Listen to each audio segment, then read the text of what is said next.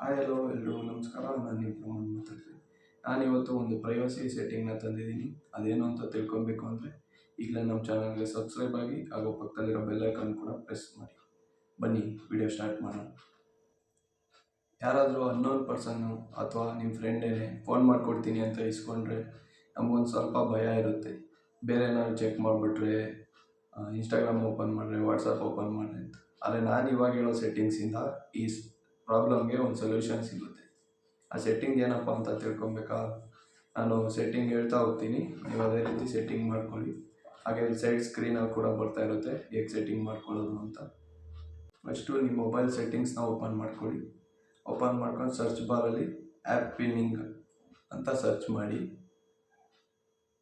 ಅಲ್ಲಿ app pinning ಮೇಲೆ click ಮಾಡಾದ್ಮೇಲೆ ನಿಮಗೆ ಇಲ್ಲಿ ಆಪ್ಷನ್ ಕಾಣಿಸುತ್ತೆ ಆ್ಯಪ್ ಪಿನ್ನಿಂಗ್ ಅಂತ. ಅಲ್ಲಿ ಹೋಗ್ಬಿಟ್ಟು ಆ್ಯಪ್ ಪಿನ್ನಿಂಗ್ ಅನ್ನೋ ಆಪ್ಷನ್ನ ಆನ್ ಮಾಡ್ಕೊಳ್ಳಿ. ಈ ಥರ ಬರೋದು ಪಾಪಪ್ಪು, ಓಕೆ ಕೊಡಿ. ನೆಕ್ಸ್ಟು ಪಿನ್ನಿಂಗ್ ರೇಂಜ್ ಅಂತ ಕೇಳುತ್ತೆ, ಅಂದರೆ pin this app and allow actions, ಇದನ್ನು ಅಲೋ ಮಾಡ್ಕೊಳ್ಳಿ. Next ask for pin before unpinning ಅಂತ ಕೇಳುತ್ತೆ, ಅದನ್ನು ಕೂಡ ಆನ್ ಮಾಡ್ಕೊಳ್ಳಿ. ಹೋಮ್ ಸ್ಕ್ರೀನಿಗೆ ಬನ್ನಿ.